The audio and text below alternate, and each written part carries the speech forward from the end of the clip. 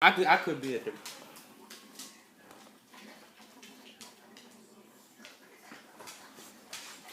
Hi, welcome to the table with Tony D. Today we're going to talk about the problem that lies within the root of the family.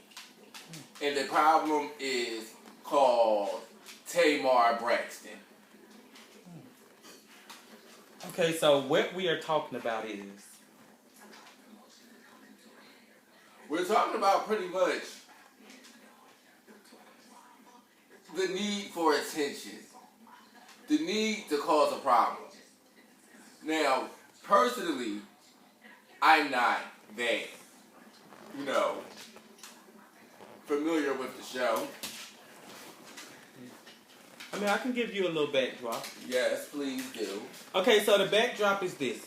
Tamar's birthday was about a week or two prior to the trip.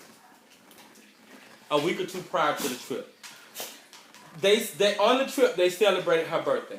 They celebrated her birthday with a dinner the night the first night or the second night.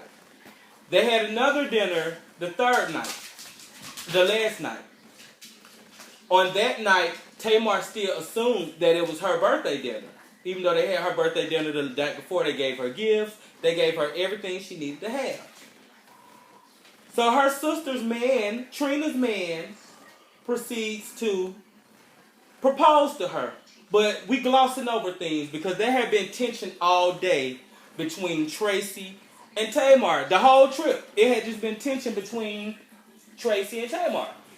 The tension stems back from when they had some shows in Washington, D.C. and New York. While Tamar was the headliner and she chose Traci to be her opening act.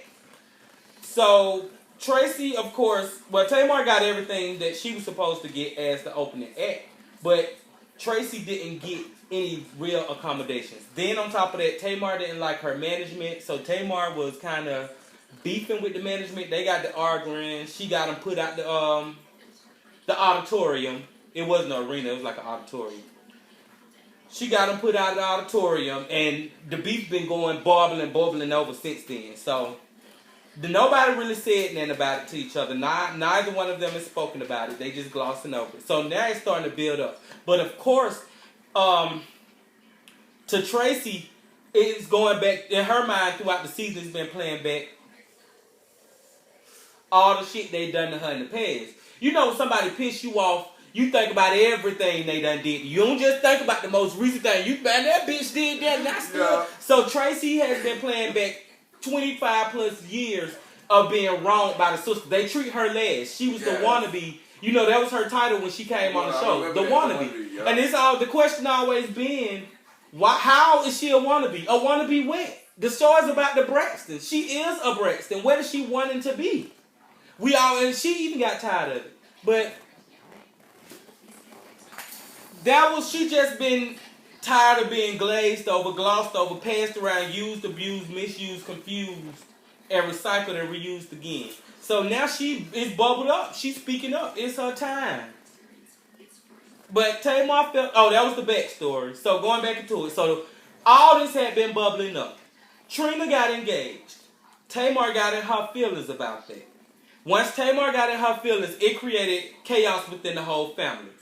Traci had already been ready for something to pop off so she can motherfucking, pull her shit out. She had been waiting on it. So this was her chance. So motherfucking Tamar, going through the things, I don't want to talk to that bitch. That's what she said in the back room on the camera, after Trina got, engaged. And so on and so forth. It led to a whole big commotion where Traci came in there and said, she used the line out of one of her songs. Actually, the line is you make it hard for me to love you, so fucking hard to love you. She pretty much just recited the lyrics out of her song. So she went back and said, you make it so hard, Tamar. You make it so hard to fucking love you, Tamar. I'm gonna say this about Trina. Not Trina. Is it Trina? Traci, yeah. I'm gonna say this about Traci.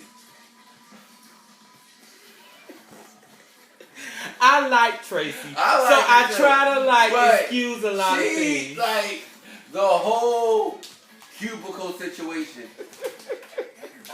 I was just like, you know what? It takes a special person to be able to go through that. I love Traci to death. But I can honestly say from my perspective, Traci elevator don't go to the 10th floor. Hers stop probably at that 8th floor. It might get stuck. Eight between the 8th and the 9th. Yeah, it don't go all the way to that penthouse suite. It go right down. It get close. So a lot of times with Traci, and I think the sisters know that, so they kind of like discount a lot of shit she say. But a lot of times with Traci, you kind of have to keep that in mind that Traci is a little bit a little bit less, I don't know, a little bit less polished, if we gonna use a word, than the other sisters. Like, Traci done ran up. I ain't got no more staplers. You got some staplers, girl. I can understand behind the message, I can understand the hurt. I understand completely why she's hurt. Now, I will say the message got lost by the delivery. No, it didn't.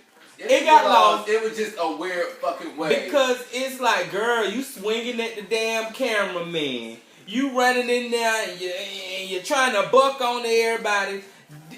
I mean, girl, your angle was kind of misplaced. It was misplaced angle. Well, I will say this. I don't know if, who saw the show last night or whatever, but Traci said one thing, though. The real villains are Tawanda, Tony, and what's the other one, Trina? No, not Trina, Tamar. Trina is the most neutral sister. And because they all sit up, and then Tawanda, she's sneaky. What Tawanda like the drama. Because you gotta think. Cynthia Bailey. She is Cynthia fucking exactly. Bailey. But you gotta think. I mean, that's her role. That's the role that they gave her. They didn't give her a family role. They didn't give her a career role. Everybody else got a role. Her role was to be the go-between. If you look back at all the seasons, she's always the go-between. When the sisters beefing, Tawanda's always the one that have to go between. Tawanda's always having to be the assistant, help with this, babysit that. So, I mean, that's kind of her role. And she done got used to it. I mean, what can you do? You've been in the same role for 6 years. She doing it subconsciously now. Yeah, she's stirring the pot. Yeah, her man. That's the issue of it all. We never got to this. The biggest issue with Traci was she already had said she didn't want to talk about it. She said that calmly and politely, I don't want to talk about this. One, she didn't want to talk about it because she knew how she was going to get. She knew she was going to get like this. She knew she can't express herself in a way that, and she don't like confrontation. She don't like being ambushed. Then it's who the messenger was. It was Tawanda's boyfriend, Sean. Sean worked with them on their first album. So you gotta think, there's still a little bitterness there about that in Traci's mind. So she feels some type of way about him. Even though he had nothing to do with it directly, she still feels some type of way. How many albums did the Braxtons make? Because I bought that album. Now, that album, How Many Ways They only had one. But it ain't about that. It's not about how many albums. It's about the betrayal of they didn't take up for her. They didn't put her first. They felt like it was a one and done. That was all they had. And that's why I feel for her, because I can understand that. I can understand. She got an album out now? She has this on second album. One of them songs I heard was high. It's cute, but it ain't the first album. That first album was everything. This second album is alright. She trying to do too much. And she gotta stay in what she do. She ain't a Tony, she ain't a Tamar, she ain't even a Trina, she a Traci. And she got a talent. She can slay some background vocals, some harmonies and all that. She can slay a lore. But I don't want to say this because it proves Tamar right, but I don't like the auto-tune that they used on this second album. They used a lot less on the first album. I don't like the amount of auto-tune they used.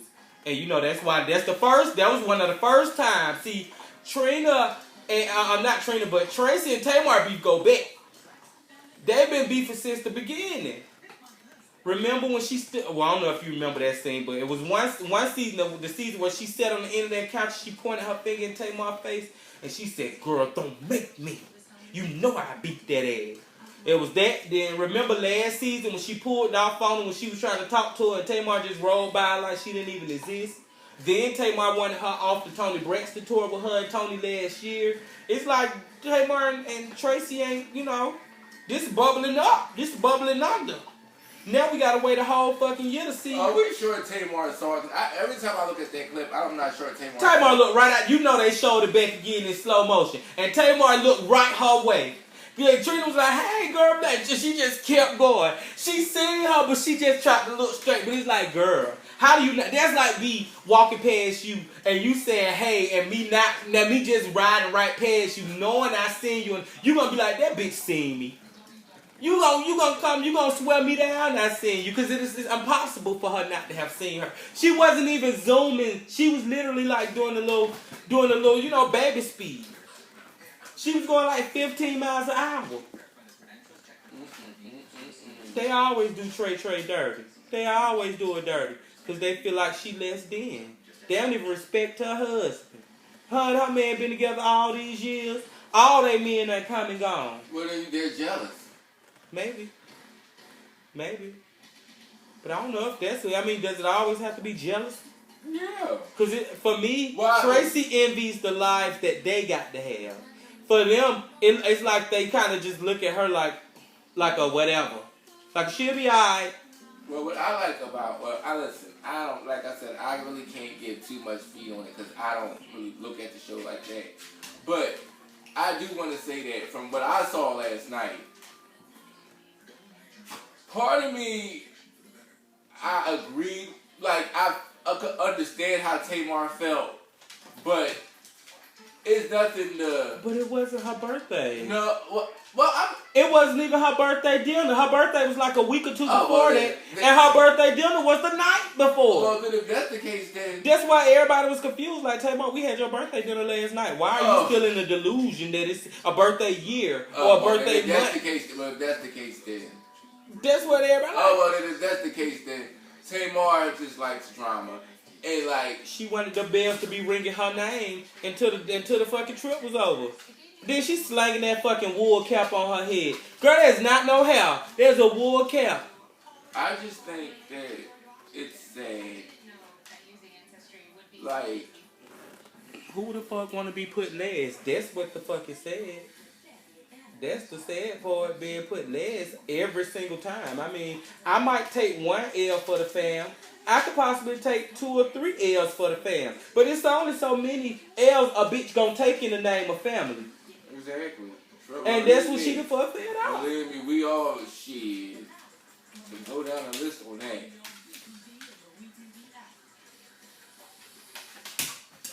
Yeah, that's just how it goes. Sometimes shit. The whole fed up. Shit. All I know is this. The next day, now this the part that I'm kind of looking at Traci with the side eye on. When she came in there the next day and confronted Tawanda, she wouldn't even give a girl a chance to talk. She going out of that situation showed me how bitter she still is about the album situation. She bitter with Sean, and Sean ain't even got nothing to do with the album situation. But she's taking years of pain out on both of them.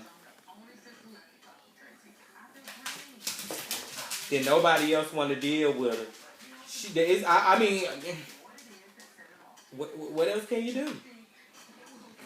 What else can you do other than stay tuned for next season? Whenever it come back, if it come back. Hopefully it does, but if it don't, then I won't be mad. Cause them bitches be shame. It's just a shame to me to see family drama. And I can't believe that for all that they should have put, there's so many other families I would rather see go through this.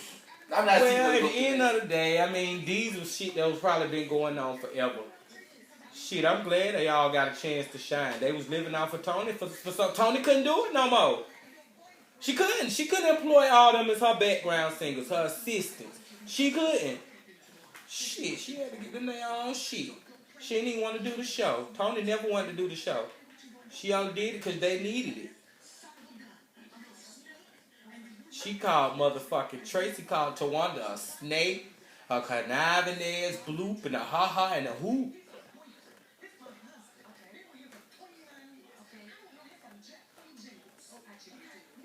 I don't know him from Jack from Jingles.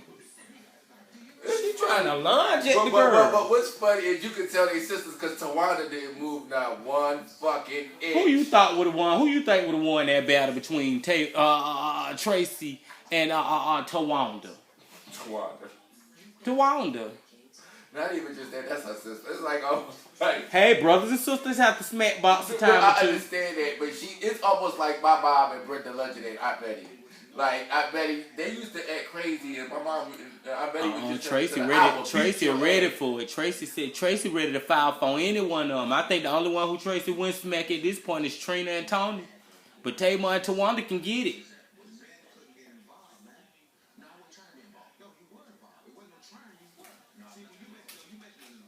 Tawanda man is attractive though.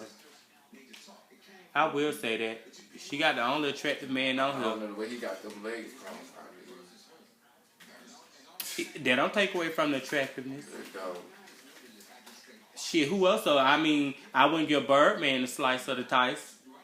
I wouldn't give Kevin a slice of the tice. Nah, baby. I don't fuck for money. I fuck for fun. I hate to say it, and Birdman unfortunately wouldn't make the cut. Neither would Kelvin. Neither would Von. Well, I don't know if that other one. I don't know though. Von do look like he'll give a good old down soft. Von is the older one who will check a motherfucker in the car. I like Von because he'll check your ass so calm and smooth that you can't do nothing but respect it. He at that age where you won't disrespect him, but he's still attractive in that old man way. That was the little conversation about the Braxton Nene family values.